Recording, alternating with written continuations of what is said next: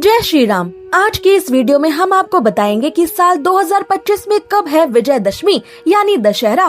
दशहरा की पूजा कब और कैसे करें, रावण दहन का शुभ मुहूर्त क्या होगा। साथ ही आप जानेंगे दशहरा के दिन किए जाने वाले कुछ ऐसे आसान गुप्त उपाय जिन्हें करने से आप महालक्ष्मी की विशेष कृपा प्राप्त कर सकते हैं।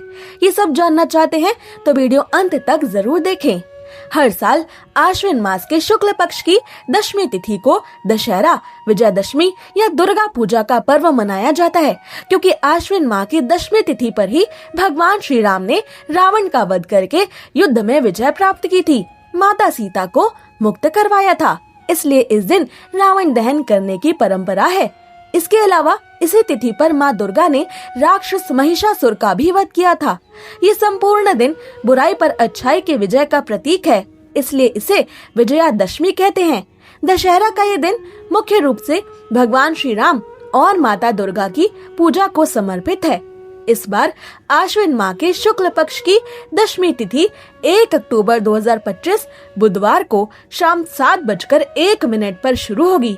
वहीं इस दशमी तिथि का समापन होगा 2 अक्टूबर 2025 गुरुवार को शाम 7:10 पर।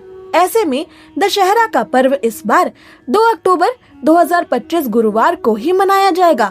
दशहरा के दिन रावण दहन हमेशा प्रदोष काल में ही किया जाता है, इसलिए इस बार 2 अक्टूबर 2025 गुरुवार को विजयदशमी के दिन सूर्यास्त शाम 6:06 पर होगा। इस बार भी प्रदोष काल में ही रावण दहन किया जाएगा। दशहरा के दिन ये प्रदोष काल शाम 6:30 से रात 8:30 तक रहेगा, यानी इस बार रावण दहन का समय शाम 6:30 बजे से लेकर देर रात 8:30 बजे तक रहने वाला है। इस बीच में रावण दहन किसी भी समय किया जा सकता है।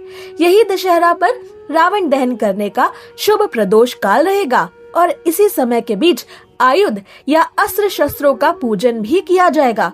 2 अक्टूबर को दशहरा पर श्री राम की पूजा का सबसे शुभ मुहूर्त होगा दोपहर 1:21 से दोपहर 3:44 के बीच। इस अवधि में श्री राम, हनुमान जी, राम दरबार की पूजा अर्चना, दान करना आपके लिए विशेष रूप से फलदायक होगा और प्रभु श्री राम से मांगी गई आपकी हर मनोकामना भी पूरी होगी।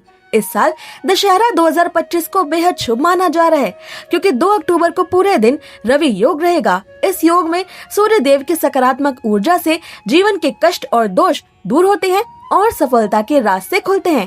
साथ ही सुबह से रात 11:29 तक सुकर्म योग रहेगा। उसके बाद धृति योग शुरू होगा। दोनों योग शुभ कार्यों और पूजा के लिए अत्यंत लाभकारी माने जाते हैं। इस समय में आप कोई नया काम भी शुरू कर सकते हैं। नक्षत्रों की बात करें तो सुबह तक उत्तराषाढ़ा नक्षत्र रहेगा और फिर पूरी रात श्रावण नक्षत्र का प्रभाव रहेगा। इन शुभ योगों और नक्षत्रों में पूजा करना या नए काम शुरू करना विशेष रूप से फलदायी माना जाता है। दुर्गा माता की पूजा और विसर्जन भी विजयादशमी के दिन ही किया जाता है, इसलिए इस बार गुरुवार 2 अक्टूबर को दशहरा के दिन दुर्गा विसर्जन का शुभ मुहूर्त होगा।